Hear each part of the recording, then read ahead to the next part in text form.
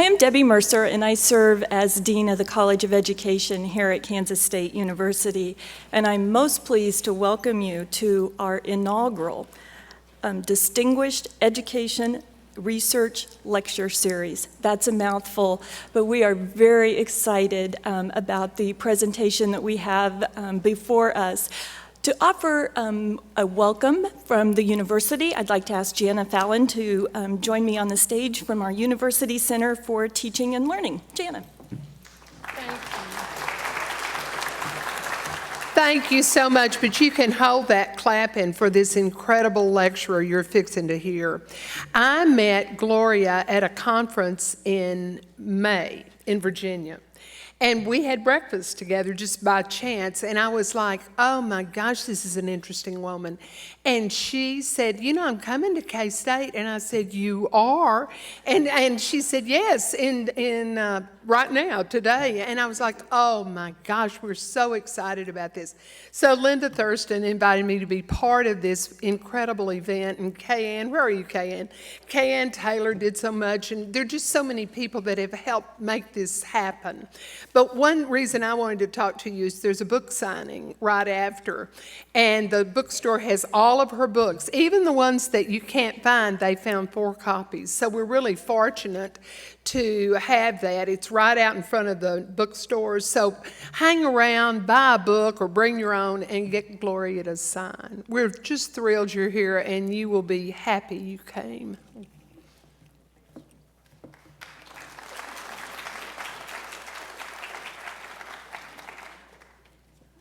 Well, when the announcement was made at a College of Education faculty meeting that Dr. Gloria Ladson-Billings would be our inaugural speaker, there were literally gasps across the entire room, followed by this moment of silence and then this excited, oh my goodness, I can't believe that. So we have been anticipating this day for quite some time.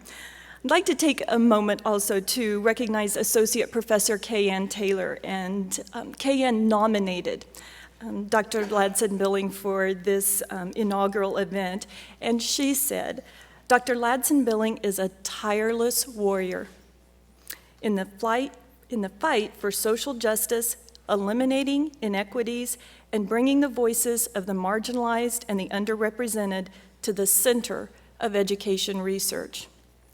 No doubt our guest is a tireless warrior. Here are just a few examples. Dr. Ladson-Billings is a renowned pedagogical theorist and teacher educator at the University of Wisconsin-Madison, where she's a professor of education and assistant vice chancellor for academic affairs.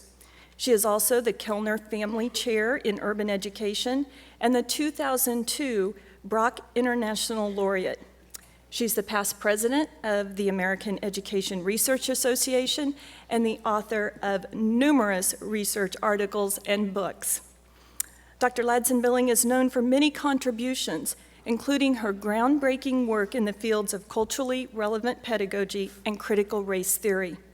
In 1995, an article titled "Toward a Critical Race Theory of Education" was published in the Teachers College Record, and it was a seminal article authored by Ladson-Billings and W.F. Tate, and it changed forever the face and landscape of educational research.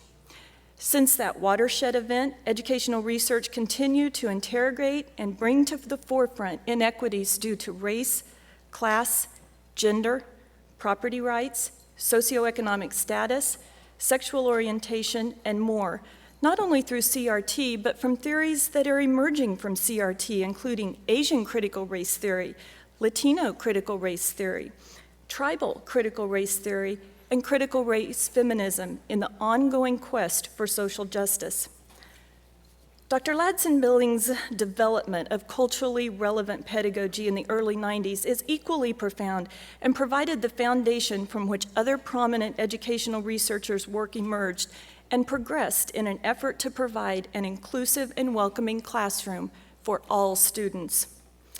Ladson-Billings' work, The Dream Keepers, Successful Teachers of the African American Children, has been a significant text in the field of education.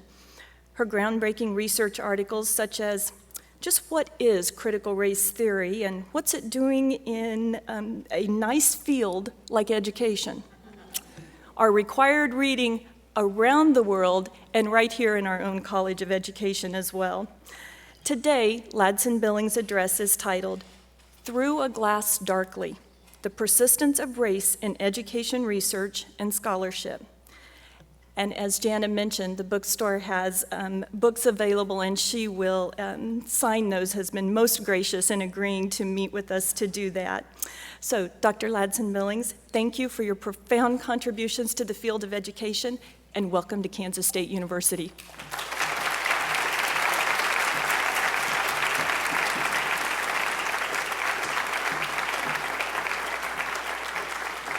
I want to thank Dean Mercer for that wonderful introduction. It's always kind of surreal when you hear people talk about you, because you just think you're just doing your work, and you realize after a while it does kind of accumulate. It probably speaks to me just being old, you know. But I'm delighted to be here, and everybody's thanking me for the rain, and I'll take credit for it. You know, when I first moved to Wisconsin, I remember I was on a visit and it was really cold. I mean, go figure, it was cold in Wisconsin. And people were saying, "Oh, we're so sorry about the weather." I said, "Oh, you people are very powerful. I didn't realize you had control of the weather." I said, "You know, if you come back to my house in California, we have an earthquake, I take no responsibility." Yeah. Well, I'm delighted to be here. First time at K-State, so I got to get used to all this purple. Wow, you know. Looks good, though. So I want to talk to you today from the topic, Through a Glass Darkly, the persistence of race in education, research, and scholarship. And this is actually the reworking of a piece that I did as a part of the Brown Lecture some years ago for AERA.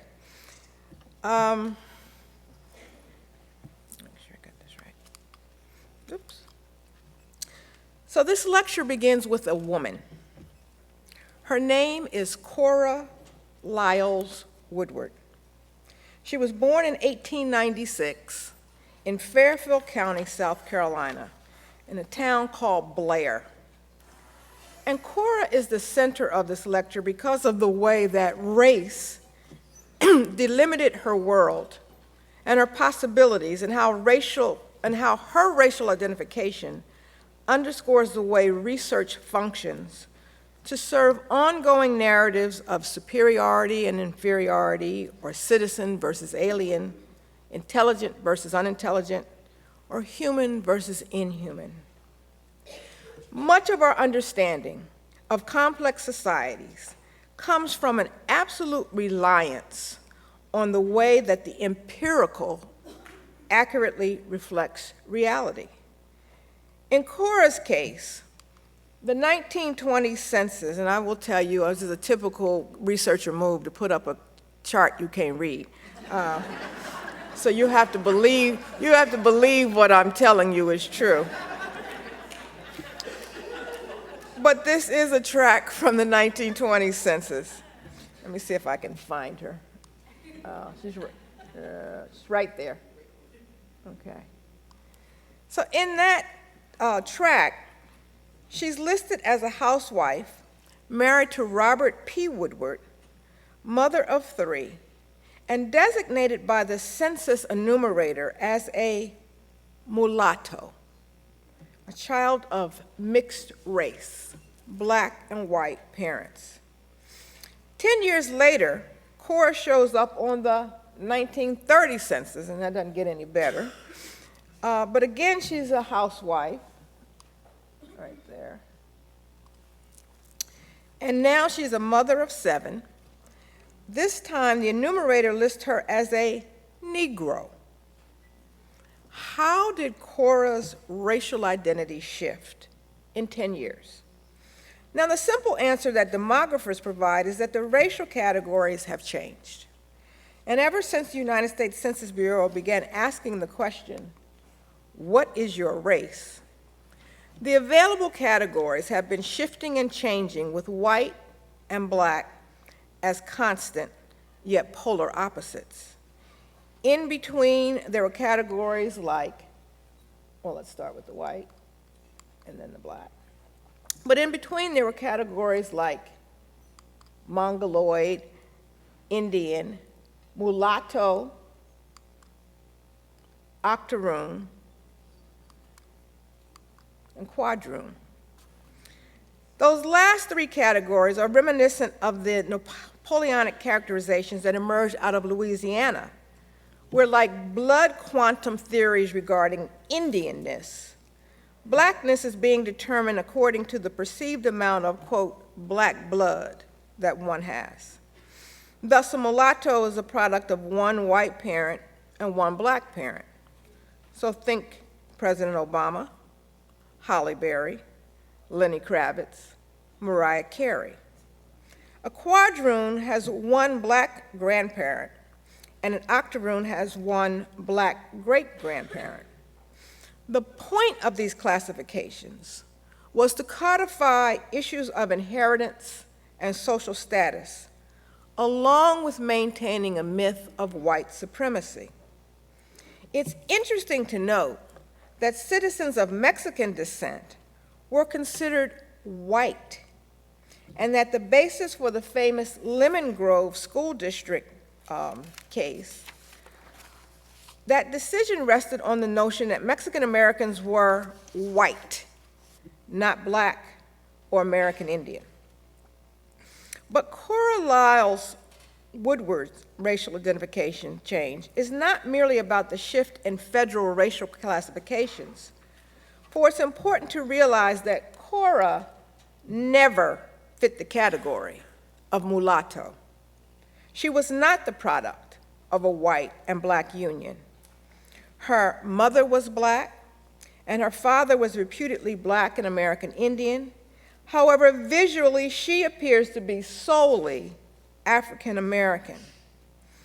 Why, then, does the enumerator give her a more privileged identity than her husband, Robert Preston Woodward, who was identified throughout the census as Negro? My interest in the Woodwards is not merely academic. Robert and Cora Woodward were my grandparents. But the puzzle of Cora's shifting racial identity also intrigues me as a scholar. My thesis for the purpose of this lecture is that Cora Woodward is granted an almost honorary whiteness because of the response to question 4 on the census that asks about a person's literacy. While the form indicates that Robert is illiterate, and I actually can attest to the fact that he was not, Cora's designation is literate. And I want to argue that education and race, and in this case, literacy and race, have been intricately linked for centuries.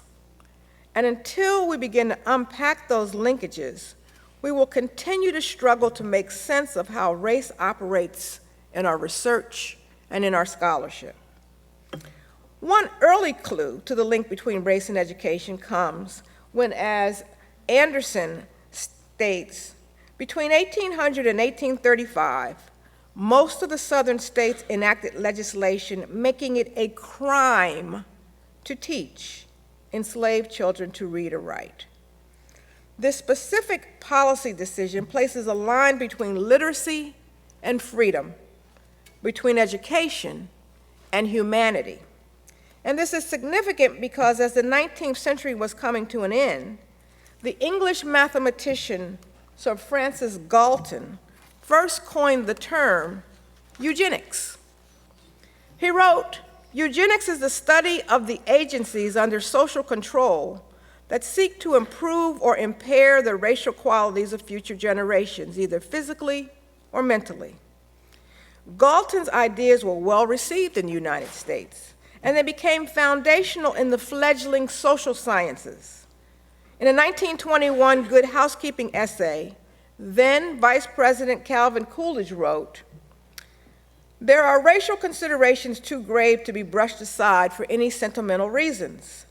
Biological laws tell us that certain divergent people will not mix or blend.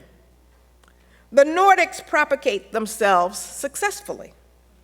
With other races, the outcome shows deterioration on both sides. quality of mind and body suggests that observance of ethnic law is as great a necessity to a nation as immigration law. This is 1921.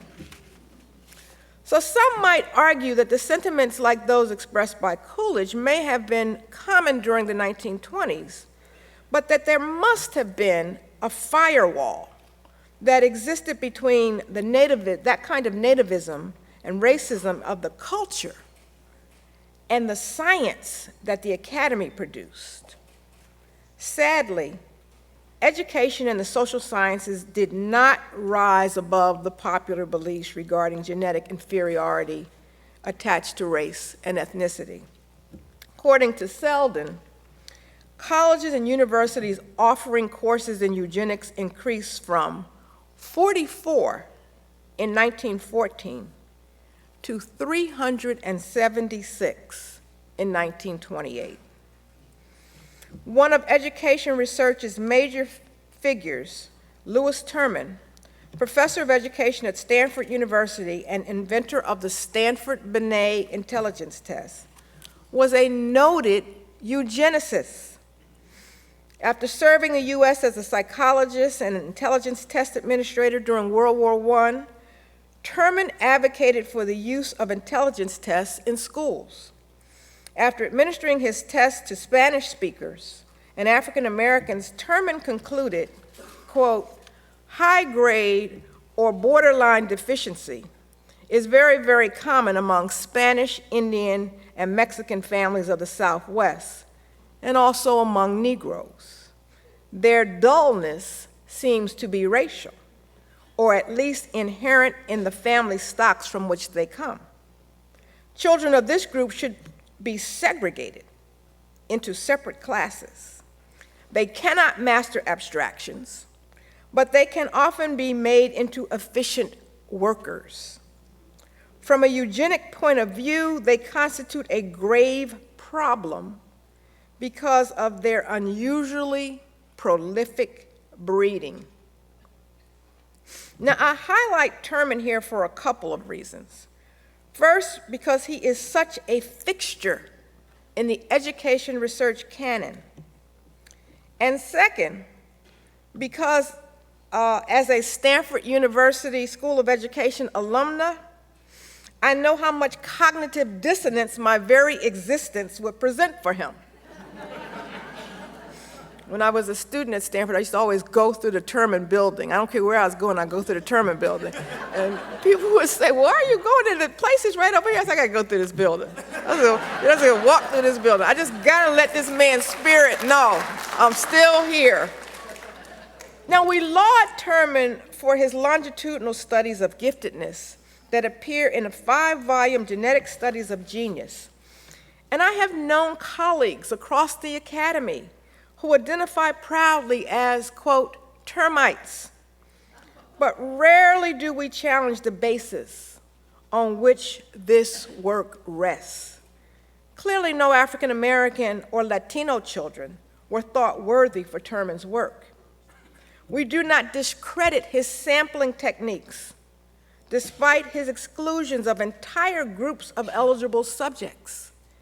Instead, we have used Terman's work as the basis for gifted and talented programs throughout this nation. Our colleagues in sociology have openly declared that the ability to collect data and do scientific research on race is vital for their enterprise. They issued their 2003 statement in response to a politically conservative movement to eliminate racial classification in state agencies such as schools, health institutions, prisons, and so forth. And they assert that when a concept is central to societal organization, examining how, when, and why people in that society use the concept is vital to understanding the organization and consequences of social relationships. Their statement argues that there are 4 primary areas of inquiry that interest sociologists regarding racial classification. First, as a sorting mechanism for mating, marriage, and adoption. Second, as a stratifying practice for providing or denying access to resources. Third, as an organizational device for mobilization to maintain or challenge systems of racial stratification. And fourth, as a basis for scientifically investigating proximate cases. But it is not merely the professional association statement of sociology that helps us understand the field's link to race as a central concept. Howard Wynant argues race has always been a significant sociological theme, from the founding of the field to the formulation of the classical theoretical statements to the present. The seminal work in 20th century racial theorizing comes from the pioneering work of W.E.B. Du Bois in his study of Black life in Philadelphia. His conceptualization of the veil and his understanding of racial dualism, or double consciousness, provide both theoretical sophistication and empirical rigor to the study of race in sociology. Additionally, the sociologists at the Chicago School provided a large body of work that demonstrates a melding of pragmatism and progressivism. The Chicago School scholars received credit for breaking the notion of racial biologism to assert strongly that race was socially constructed. Indeed, it was the research of a sociologist, Kenneth Clark, and his wife Mamie, that brought about the civil rights victory known as Brown, as he testified about the social psychological harm of segregation on behalf of the plaintiff. In The Dark Side of the Force, 100 Years of the Sociology of Race, Howard Wynant details the genealogy of race and sociology over the last 100 years and points out their linkage to the broader sociopolitical trends. He argues, quote, politically, the field can be divided into three parts: mainstream, insurgent, and reactionary. And while these explanations are pretty complex and probably too complex for the space I have allotted in this lecture, I do want to underscore Wynant's assertion, and that is that the field of sociology is necessarily part of the problem that is trying to explain. And I take Wynant's assertion as a relevant segue to another social science that informs education: anthropology. As someone who was trained in anthropology and as a member of the American Anthropological Association, I've watched carefully the ways that race has been taken up in that field. For more than 3 years, AAA has conducted a public education project titled Race, Are We So Different? The project garnered more than $4 million in grant support. More than 1.5 million people have walked through the 5,000 square foot exhibit that explores the science, history, and lived experience of race and racism in our nation, and it has traveled to 14 museums across the U.S. For those who know the field of anthropology, this heavy investment in debunking prevailing thinking about race is justified, since anthropology is so heavily implicated in forming our ideas about thinking about race. Because anthropology emerged after the age of Western European exploration as, quote, the study of humans. And that study was almost always focused on the people in European colonies. Thus, anthropology was conceived as a study of the other. Anthropologist Audrey Smedley points out that race began as a folk classification. Ideologies, distinctions, and selective perceptions that constitute a society's popular imagery and interpretations of the world. But by the mid to late 18th century, naturalists and other learned men, quote, gave credence and legitimacy to race as a supposed product of scientific investigations. Race was regularly on display in world's fairs and exhibitions with the classification and ranking of various ethnic and cultural groups. Anthropologists regularly provided the so-called science for these classifications and the rankings. The major influence of anthropology on our thinking about race was the formation of race as a world view. As a world view, race conceives of human populations as inherently unequal. And according to Smedley, in the early decades of the 19th century, race in North America contained 5 ideological components that form a structure of hierarchy and inequality. The elements are that, number 1, universal classification of human groups as exclusive and discrete biotic entities. In other words, there is something separate and distinct about each race that's based in their biology. Second, that there's an imposition of a non-egalitarian ethos that requires the ranking of these groups in relation to others. In other words, they're not just separate and distinct, some are better than others. Third, a belief that the outer physical characteristics of human populations were surface manifestations of inner qualities, such as intellect, morality, and temperament. A belief that all these characteristics, both outer and inner, were heritable, and that each exclusive group or race was created unique and distinct by nature or by God, so that the imputed differences, believed to be fixed and unalterable, could never be bridged or transcended. Now, I actually taught about this on Tuesday in one of my graduate seminars, and I said, it's sort of like having a black cat look at a tabby and say, oh, you know what, we can't get together. We're the same species, but the science kept pretending like we were separate and distinct. So finally, we arrive at the point in the lecture to connect race with education research.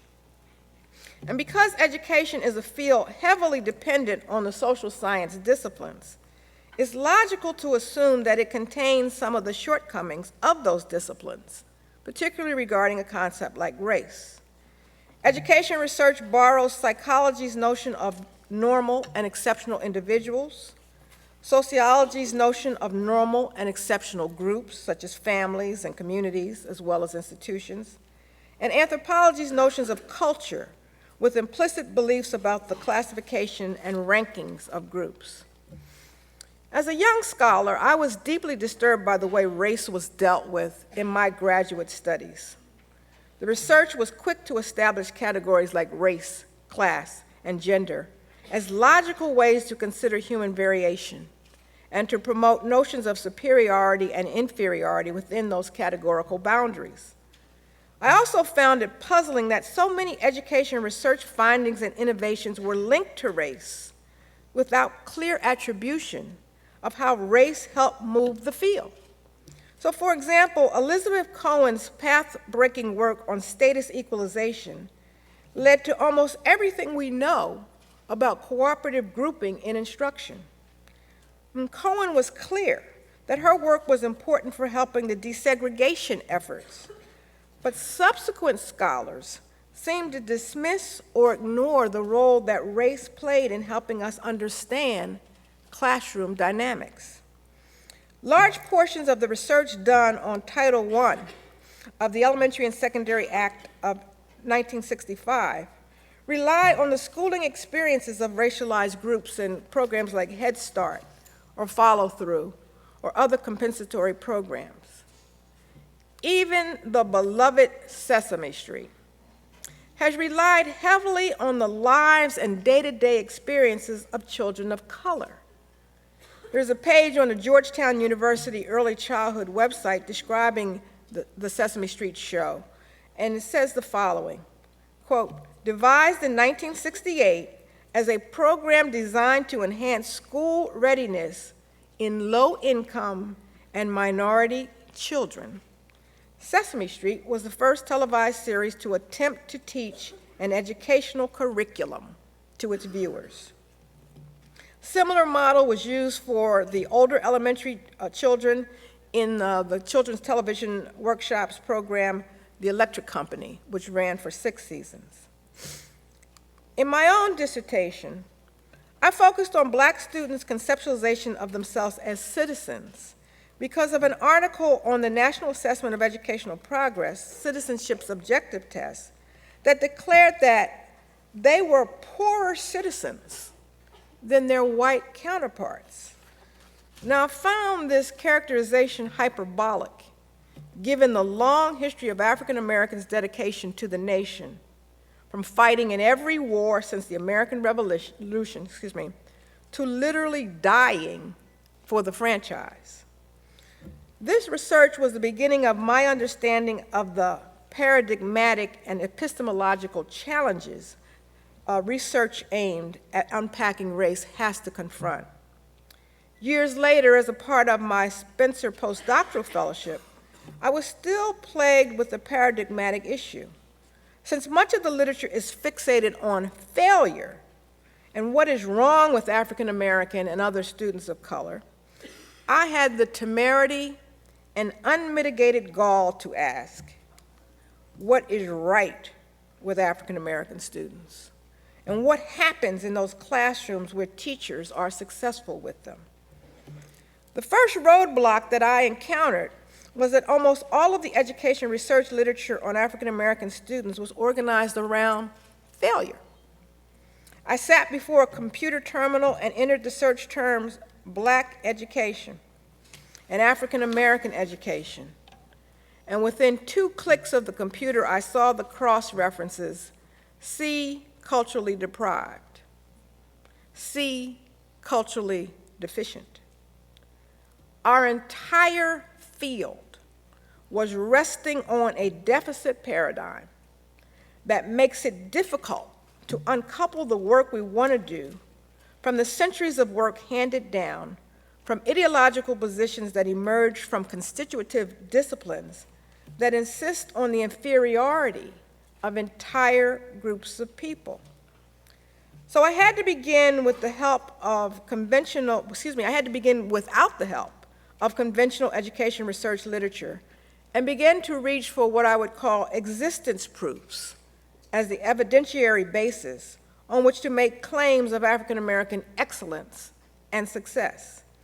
Now, that's actually not a particularly hard case to make, because if W.E.B. Du Bois could earn a PhD in history from Harvard in 1895, first African American to do so, if Carter G. Woodson could earn a PhD in history from Harvard in 1912, the second African American to do so, if Anna Julia Cooper could come out of slavery and become a teacher and a school principal, if George Washington Carver could come out of slavery and complete a master's degree in botany from Iowa State and go on to be one of the nation's most prolific scientists, then we know that the discourses about African American intellectual inferiority cannot stand in the face of these amazing biographies. However, I know that certain analyses suggest that these people reflect what we in research call outliers. They become the exceptions that prove the rule. So we need a greater sample for empirical and statistical power. For this point, I point to the 105 historically Black colleges and universities in this country. All but 6 of these institutions were founded in former slave states. Most were established at the end of the Civil War, with the exception of Cheyney University in Pennsylvania, which was established in 1837, and Lincoln University in Pennsylvania, established in 1854, and Wilberforce University in Ohio, established in 1856. So desperate for education were the newly emancipated African Americans that they started these schools in boxcars, church basements, and on garbage dumps. These institutions started in meager circumstances with limited resources, and yet they produced some of the nation's best minds. W.E.B. Du Bois got his start there, as did Thurgood Marshall, Martin Luther King Jr., Toni Morrison. Even today, historically Black colleges and universities produce 50% of all Black teachers, 70% of all Black dentists. And I knew that African American success and excellence was possible and a reality. My research on successful teachers of African American students allowed me to build the theory of culturally relevant pedagogy, where we could see that success in a classroom of African Americans rests on three propositions: a focus on student learning, the development of cultural competence, and the promotion of socio-political consciousness. It did not rest on tinkering with the curriculum or demanding absolute quiet or having everybody wear a uniform. It rests on a teacher who believes deeply in intellectual capabilities of the students and on his or her own efficacious abilities. So when I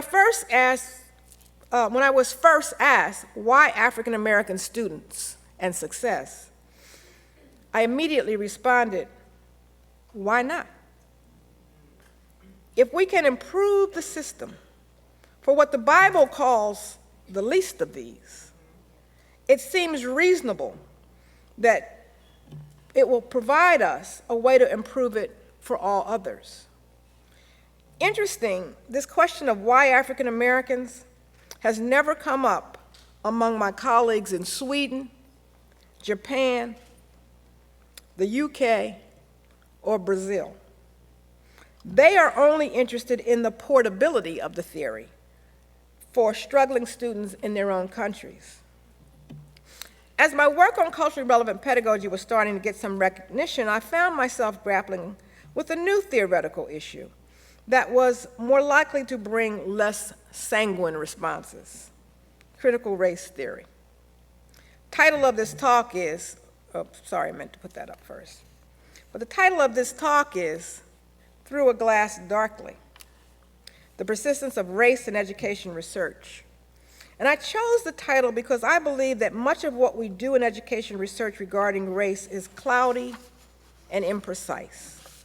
We are using crude measures to sort and slot people into categories: Black, white, Latino, immigrant, English-speaking, low income, disabled, first generation, as if we don't live our lives across multiple categories, or as if some of the categories that are most salient in our lives aren't invisible. We know little about the faith commitments of the students that we teach. We know little about the family structure and the relation and how those relations impact students. And here I'm not merely talking about things like one versus two-parent households or numbers of siblings, but rather I'm talking about things like family cohesion and fictive and actual kin networks. In my case, although I was in a household with one sibling, an older brother, I attended high school with 11 first cousins. I know people used to say, oh, everybody, your cousin. My response was, listen, if I was gonna make up some cousins, it wouldn't be these people. But having those many kin relations made me quite wary of misbehaving. There's just far too many witnesses. We also know little about the role of sponsorship in student success. In her outstanding work on literacy, Deborah Brandt argues for a concept of sponsors of literacy, in which sponsors are the many agents, local or distant, concrete or abstract, who enable, support, teach, model, as well as recruit, regulate, suppress, or withhold literacy, and gain advantage by it in some way. Extremely important to me as a researcher is the impact of race, explicitly or implicitly manifested, on learning. Does the race of the teacher or other classmates matter for learners? Does the race of the students, their parents, and administrator matter to teachers? And if so, how does it matter? Does it matter in ways that enhance or thwart student learning and academic achievement? And while culturally relevant pedagogy has been the site of most of my empirical work, it is this theoretical foray into critical race theory that has drawn the most skepticism and ire from colleagues and others. Critical race theory comes from legal scholarship that argues that racism is normal, not aberrant in U.S. society. Now, the minute I say that, I've lost like half of you, right? Because you don't like me to say that. We like to say, when we have racial incidents, that there are, it's isolated incidents. But when the FBI has documented over 120,000 isolated incidents in a year, it's starting, the scientists would tell you now it's starting to be what we call a pattern, okay? It's not an incident. It's certainly not an isolated incident. So it's normal. It's every day, and people of color will tell you it's not the big stuff. It's not the Trayvon Martins of the world. It's going into the department store and being followed. It's the clerk that won't touch your hand to return your change to you. It's an everyday thing. And critical race theory uses storytelling, or more accurately, counter-narratives or counter-storytelling, to weave legal truths in fanciful and oppositional ways. It also uses critical social science and scholarship from Black studies, Latino studies, Asian American studies, feminist studies, LGBT studies, to explore the way race continues to have power and predictive value.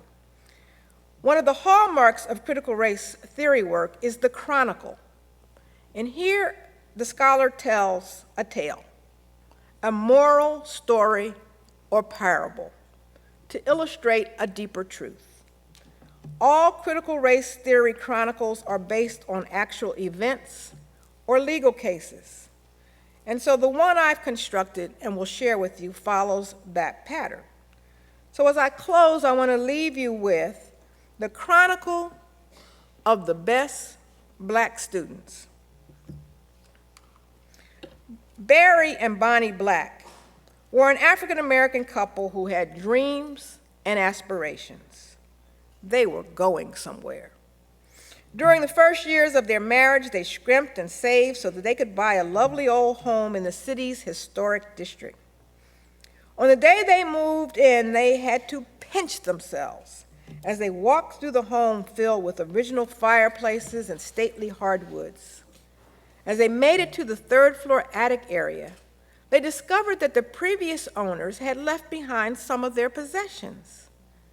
One that caught Bonnie's eyes appeared to be an ancient lamp, the kind you saw in movies from somewhere like Turkey or Pakistan. And when Barry noticed the lamp, he smiled at Bonnie and asked, "Well, you don't suppose if we rub it, we'll produce a genie, do you?" Bonnie giggled and said, "It couldn't hurt."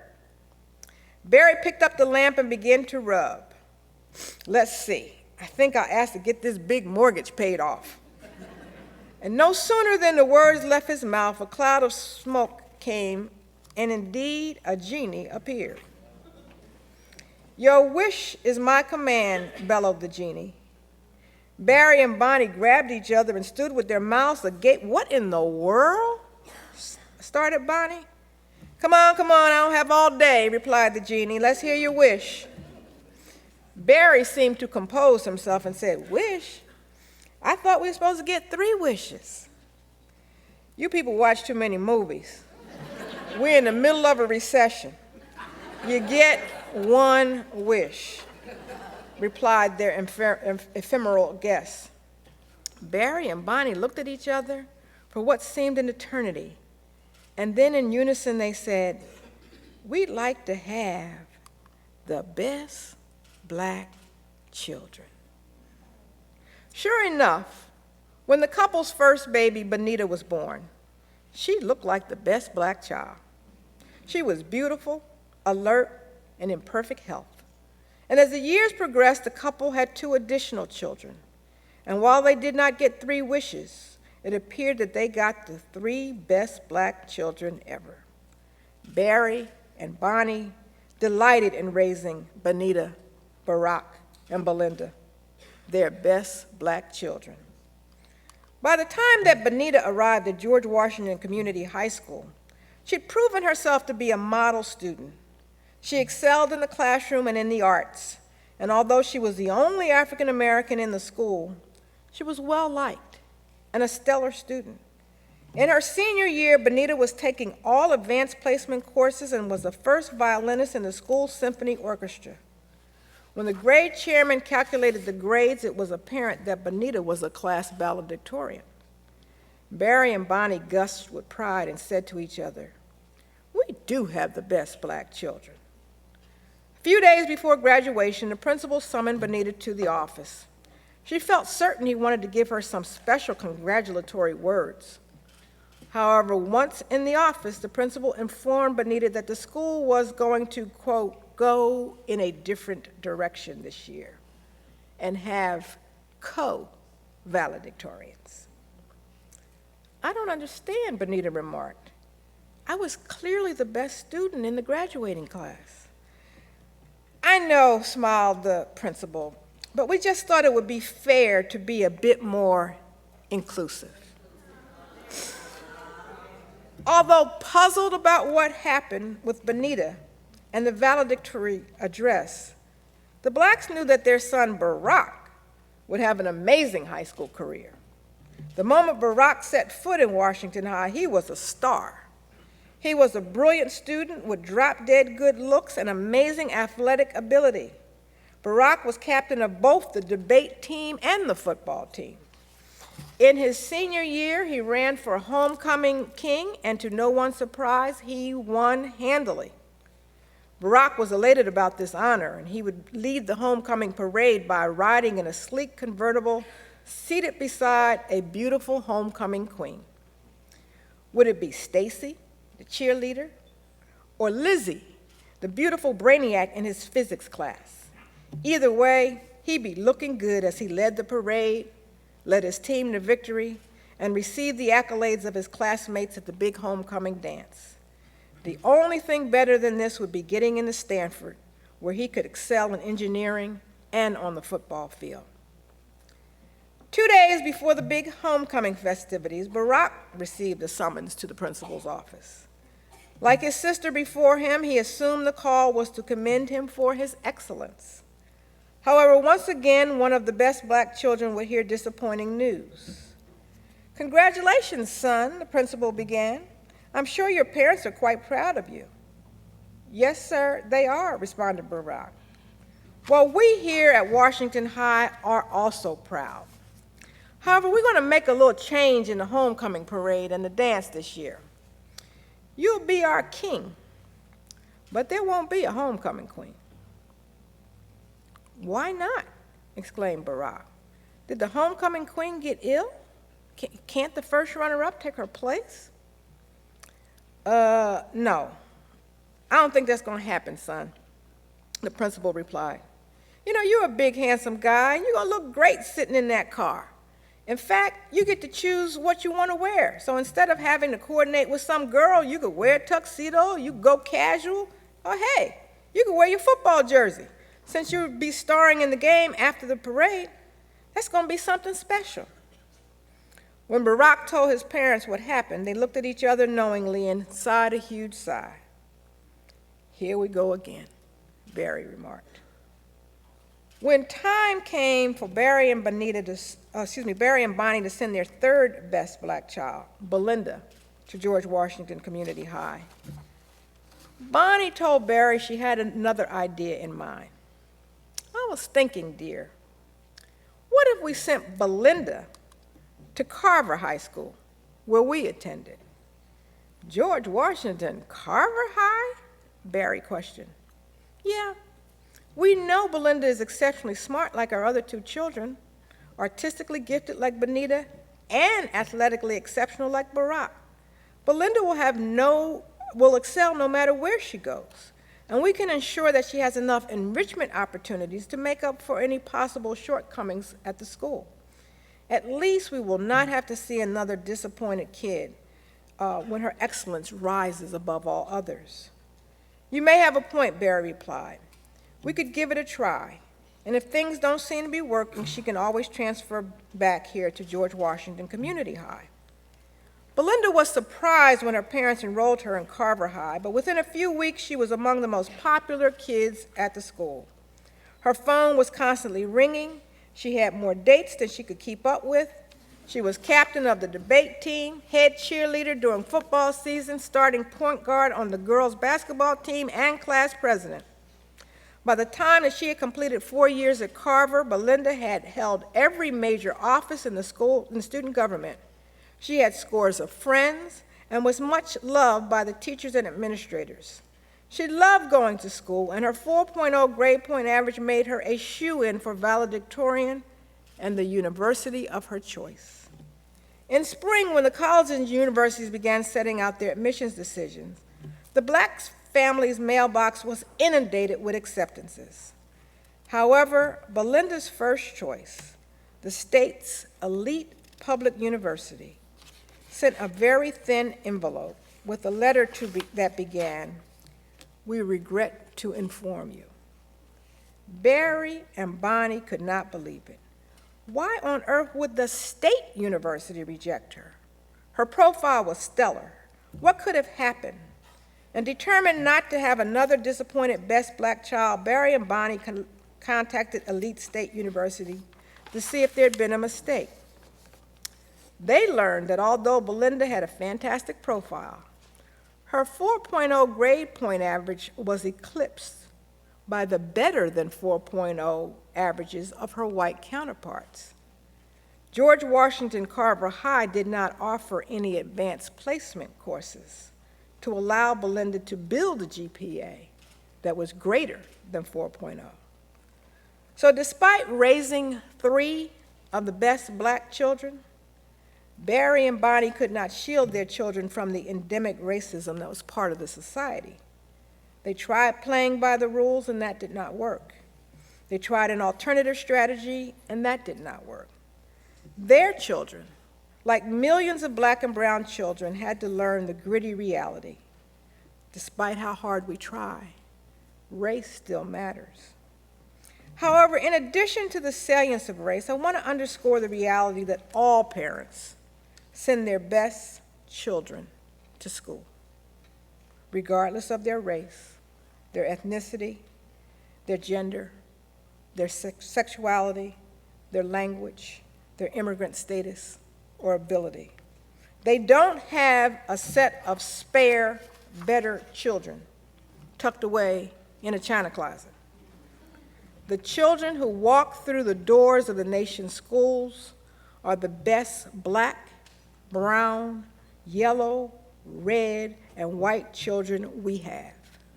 And until we truly recognize and embrace that reality, we will continue to look through a glass darkly.